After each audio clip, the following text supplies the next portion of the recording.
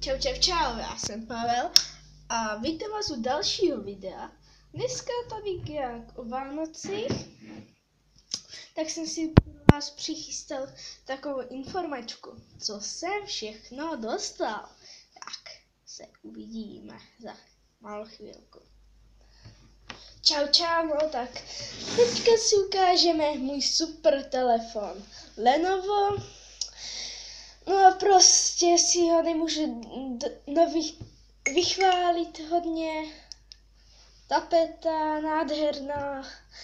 Prostě co můžu víc chtít. No a další věc tu máme knížku. To mi bez tak koupila máma, protože chce, abych prostě četl.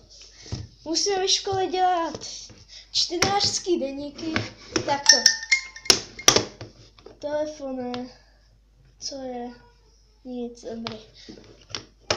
No, tak tady máme šachy. Nebojte, je tady magnet. Vevnitř jsou další hry.